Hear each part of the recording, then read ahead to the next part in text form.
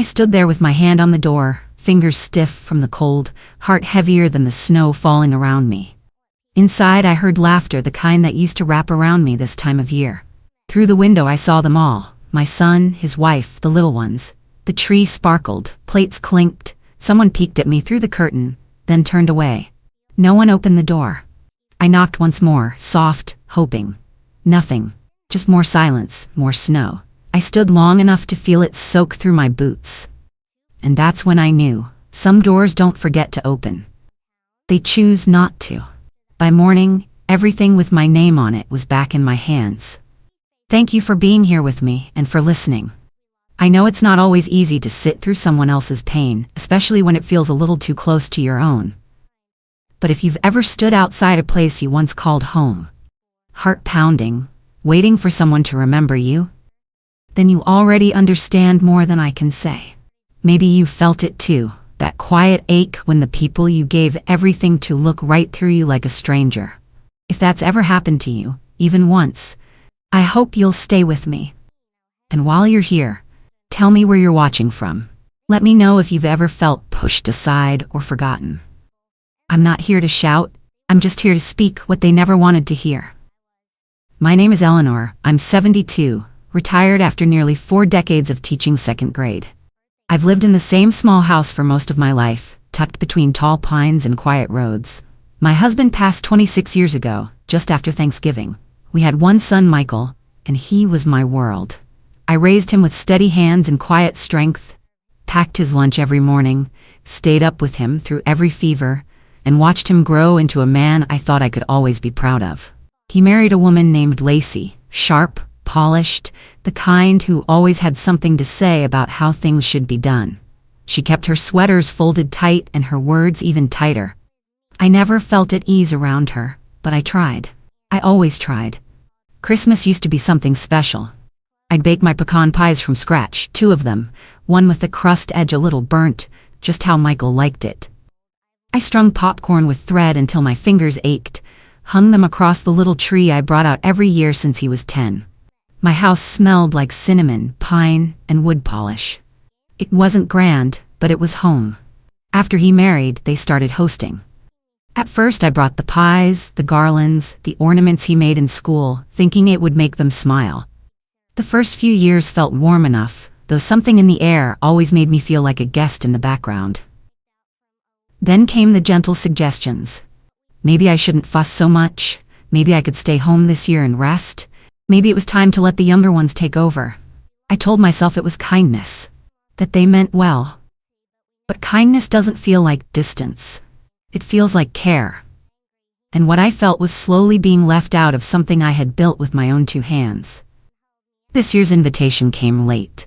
So late I'd nearly made peace with not getting one at all.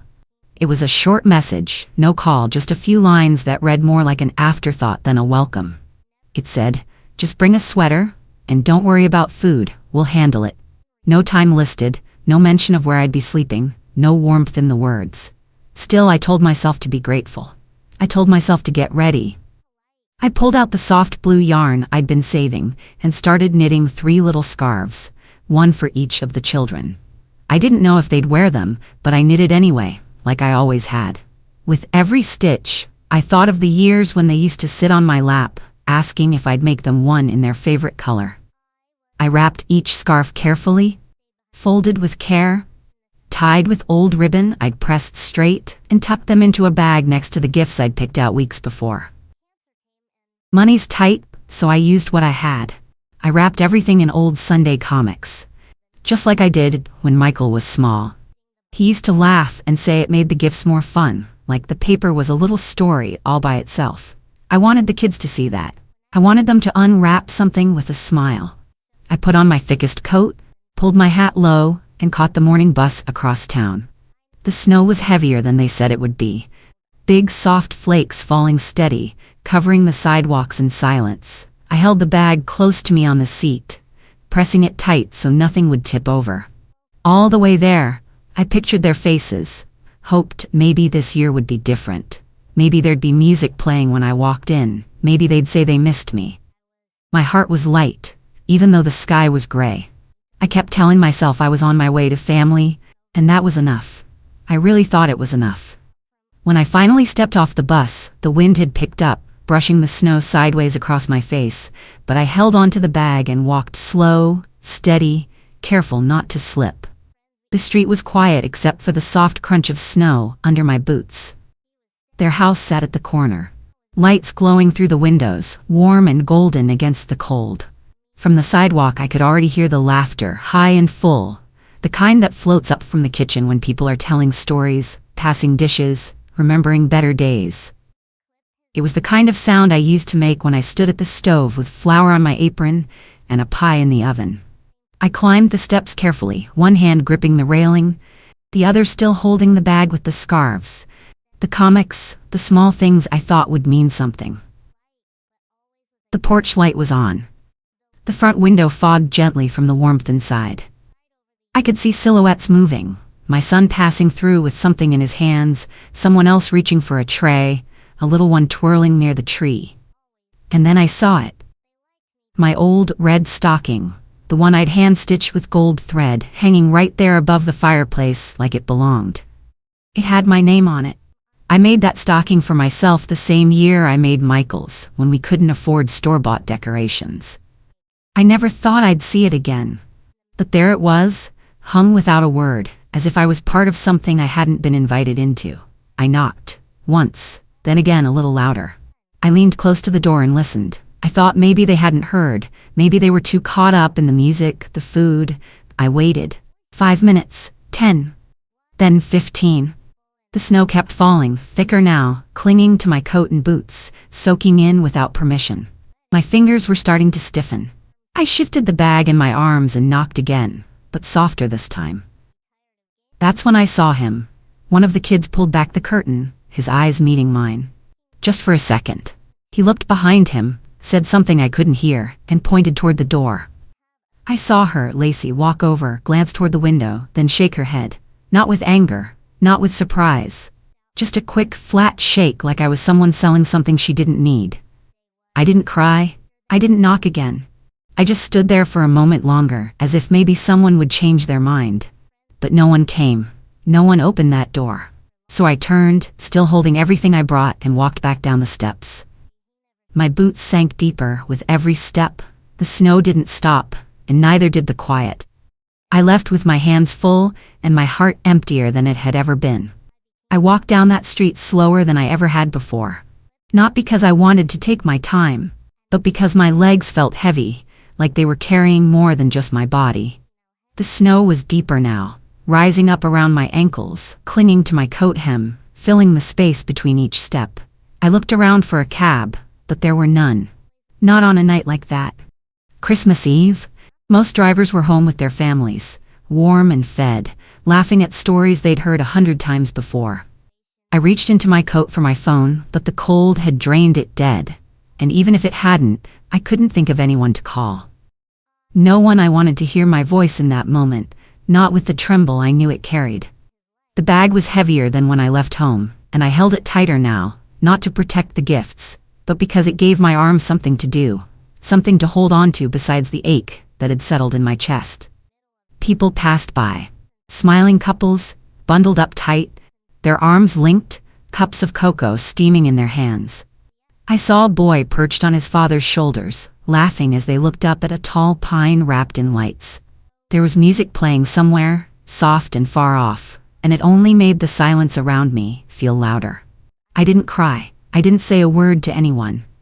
I just kept walking, one step after another, through the streets I knew so well, past houses with wreaths on their doors and windows glowing warm and orange. I had walked those roads 100 times in summer sun and autumn wind, but never like this. Never with my breath turning to frost in front of me and my heart so full of nothing. When I finally reached my cabin, I brushed the snow off my shoulders before stepping inside. It was dark, colder than usual, and so still, I could hear the clock ticking from the kitchen. I didn't turn on the overhead light. I didn't want to see everything too clearly. I lit one candle, the thick one on the table near the window, the one I save for when the power goes out or the memories grow too loud. Its flame flickered, soft and steady, like it knew how to keep secrets. I set the bag down by the chair, unwrapped the scarf from around my neck, and stood there for a long moment, just listening to the quiet press in from every corner. Then I looked over at the drawer where I kept the old files, the ones I hadn't opened in years. I walked toward it slowly, not rushed, not angry, just certain. I pulled it open, reached past the envelopes and the worn-out notebooks, and there they were. Every document, every signature, every deed and account, with my name still etched at the top. Nothing had been taken yet. Nothing had been moved. All this time, while I had been handing things away piece by piece to make their lives easier, I had left the core of it untouched. And that's when I realized it was still mine. All of it. And they had forgotten that. I put the kettle on, not because I needed the warmth, but because it gave me something to listen to, besides my own thoughts. The soft hiss of the water heating was familiar, steady, something that had always been there for me when nothing else was. I took down my old mug from the shelf, the one with the chipped rim and the faded blue flowers, and poured myself a cup of cocoa, just the way I used to make it when Michael was little. 2 spoons of powder, a splash of cream, and just enough sugar to soften the bitterness. I carried it to the kitchen table, setting it down beside the stack of papers I'd pulled from the drawer. I didn't rush. I didn't speak. I just sat, the candlelight flickering across names and numbers I hadn't looked at in years. The titles were still there. My house, the cabin, the piece of land my husband and I bought back when we were young and dreaming about building something permanent. The deeds, signed and sealed, untouched. Insurance policies I had paid for month after month, without fail. The trust funds I created the year the first grandchild was born, thinking ahead, always trying to leave something that would last beyond me. My name sat at the top of every page, clear and steady, while theirs lived beneath in fine print, as if they had forgotten who built the foundation they stood on.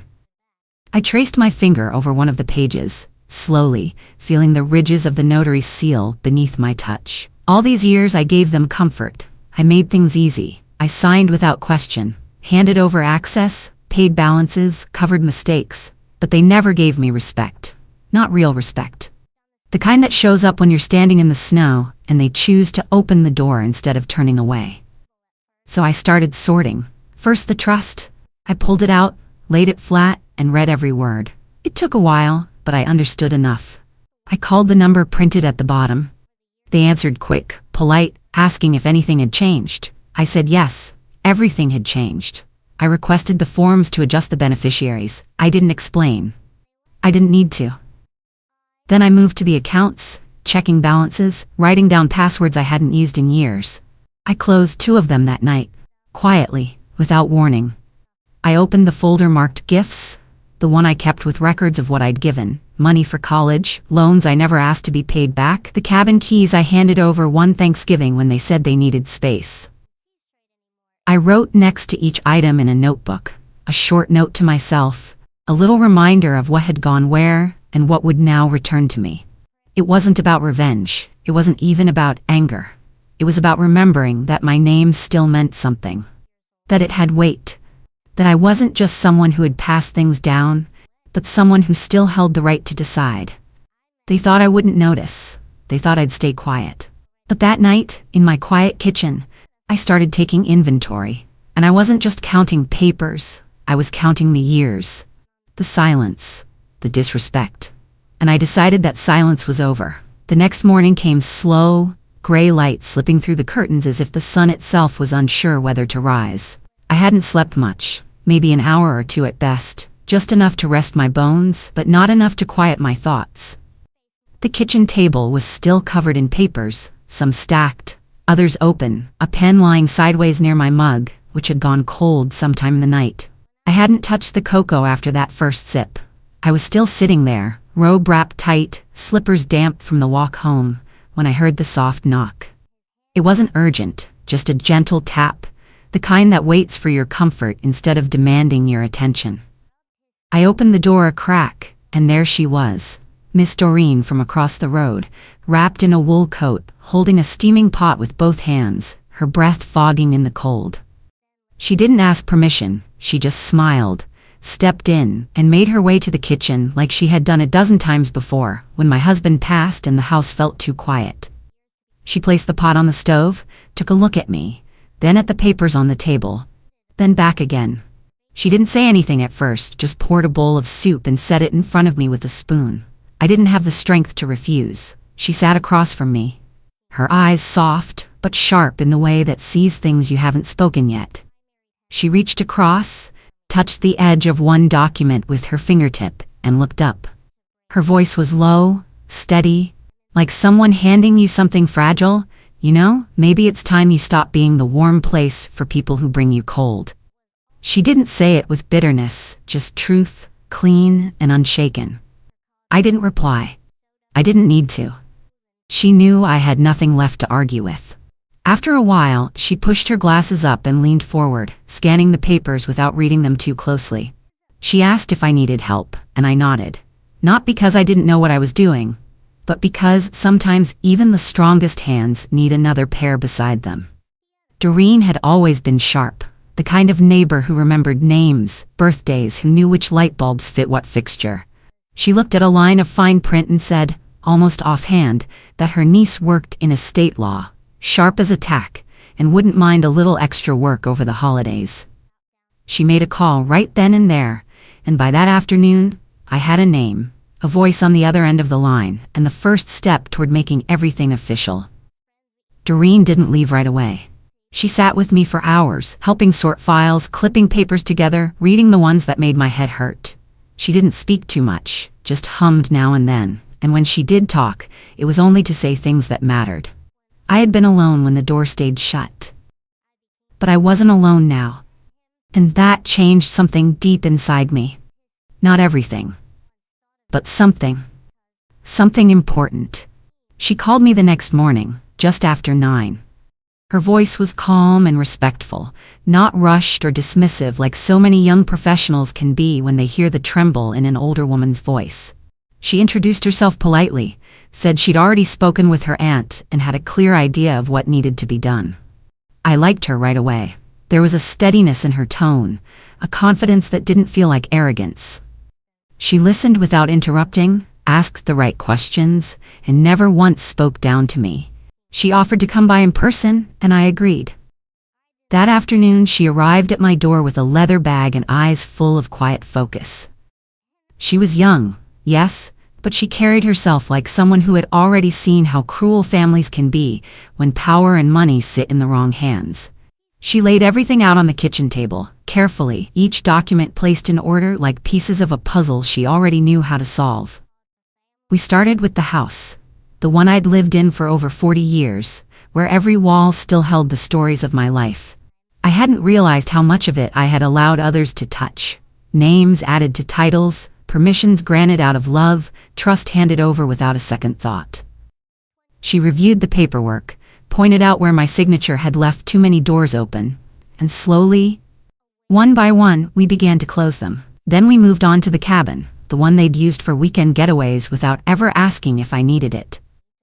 The one I had cleaned and maintained while they claimed it as their escape.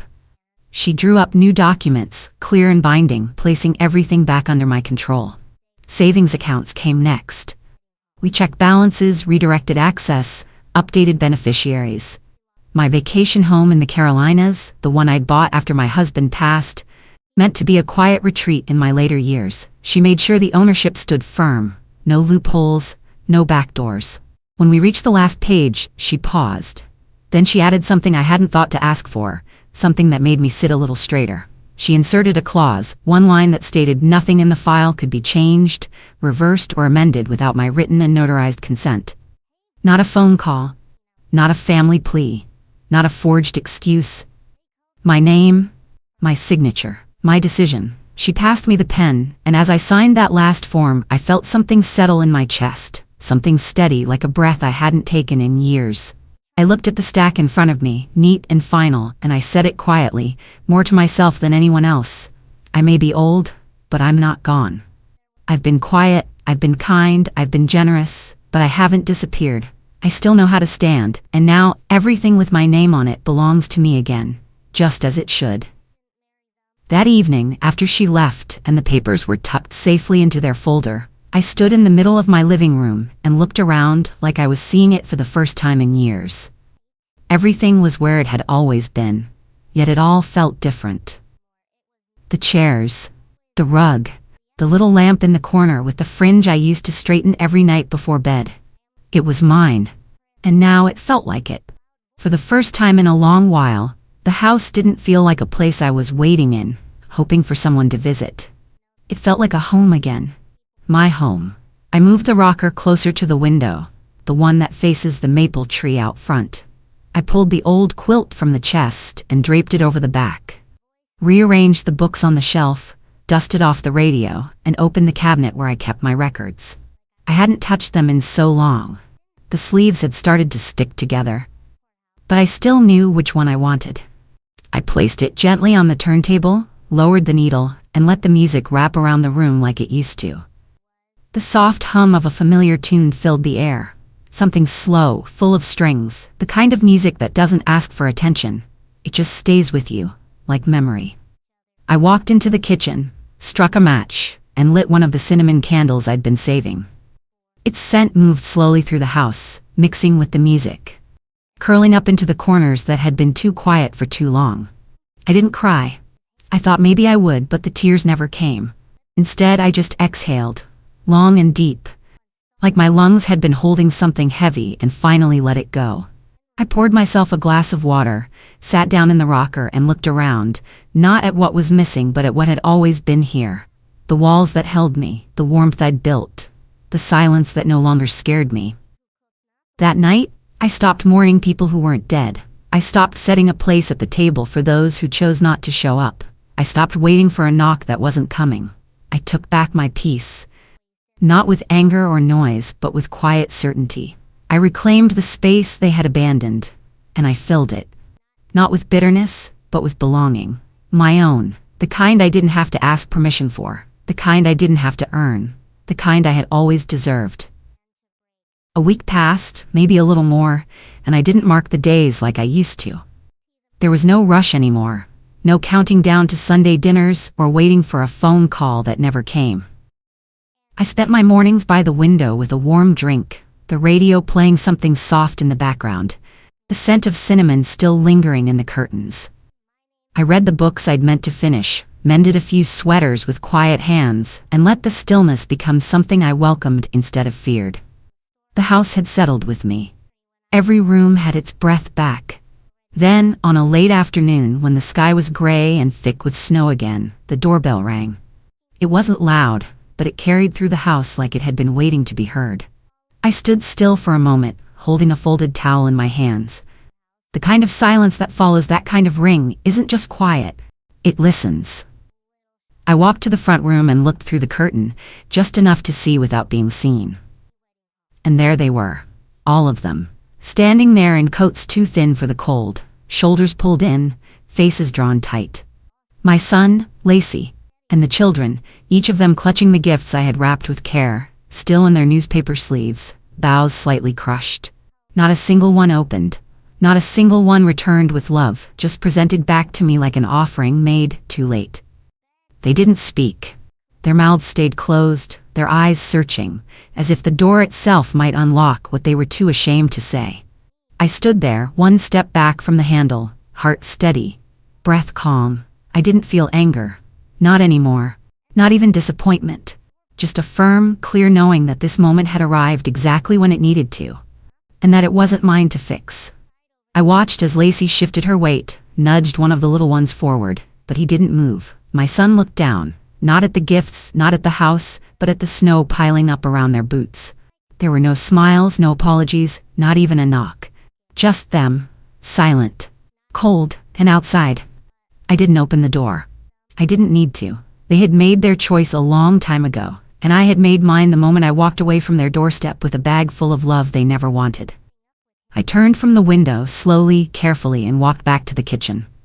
The towel still warm in my hands, the soup on the stove just beginning to simmer. Some doors, once closed, don't open the same way again, and some people, once seen clearly, can no longer blur back into comfort. I let them stand there, and I kept walking. Christmas used to be so many things to me. The tree, the lights, the smell of cinnamon and pine in every room, the hum of a kettle just before a quiet evening.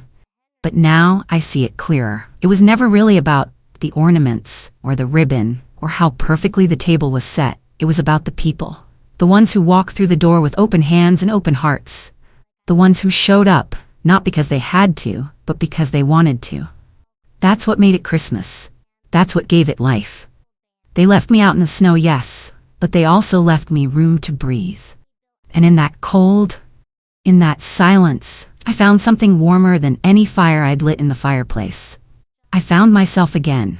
Not the version who waited for calls that never came or held on to old stories just to feel needed, but the woman who had built a home from scratch, raised a boy with all the love she had, and survived more than anyone ever gave her credit for. I found the fire within me again. The one that knows when enough is enough. The one that doesn't beg to be seen, but burns steady whether anyone is watching or not. I don't need a place at a table where I'm only tolerated. I'd rather sit alone in peace than be surrounded by people who look right through me. And if you're still here, listening to this, maybe you've felt that too. Maybe you've stood at a door hoping to be let in, only to realize you were never meant to feel that cold in the first place. Maybe your silence wasn't weakness, it was survival. Maybe your absence from certain rooms wasn't loss, it was freedom. If your family ever made you feel forgotten, maybe it's time to remember yourself. Maybe it's time to pour the cocoa, light the candle, put on the song you love, and sit in the stillness that belongs only to you. Let me ask you something, and take a breath before you answer. Have you ever had to choose peace over presence? Have you ever let go of tradition to protect your spirit? If so, you're not alone. And if you haven't yet, but feel that moment coming, know this.